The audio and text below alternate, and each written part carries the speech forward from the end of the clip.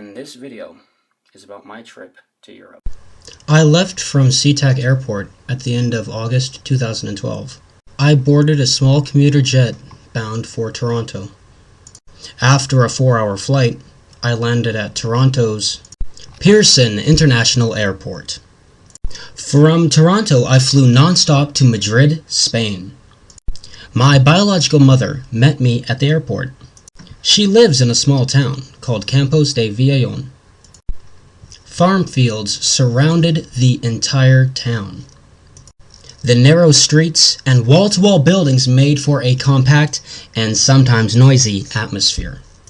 My mother would go shopping for food almost every day. I would accompany her on these short walks from her home to the small shops.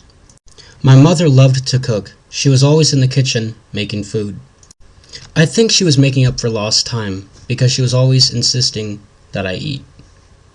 My mother and her husband, not my biological father, owned a bar. One of them was there almost all the time. If my mother was not working at the bar, she was in town buying food for her home or for the bar.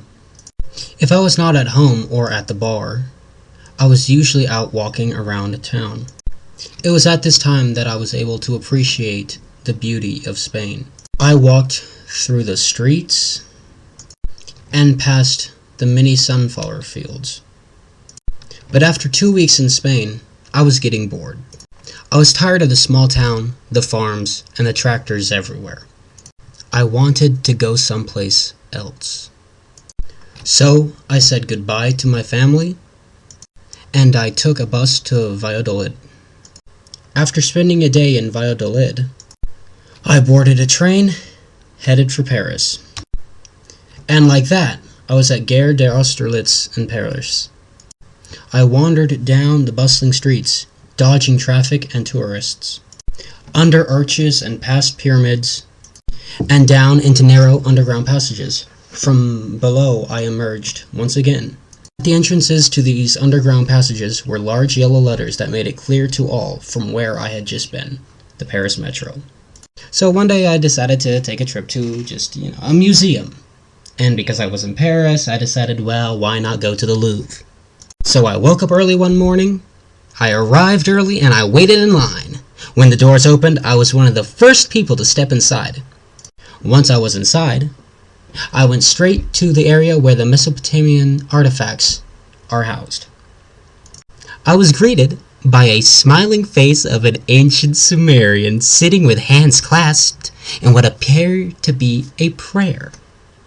Then I stopped and gazed in awe at the giant stone slab upon which Hammurabi's famous set of laws were engraved.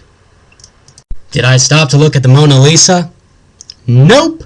I walked right past it. I glanced over at her as I walked by, but I kept on going. I questioned the sanity of the swarm of people pushing to get a picture of her famous smile. Was she really that important? Oh, after spending 5 hours looking at art, I decided it was time to leave the museum. I took the train back to Valladolid, Spain, and then I went to Madrid to catch my flight. And from there, I took a plane back to the United States. In Europe, I had met my biological family.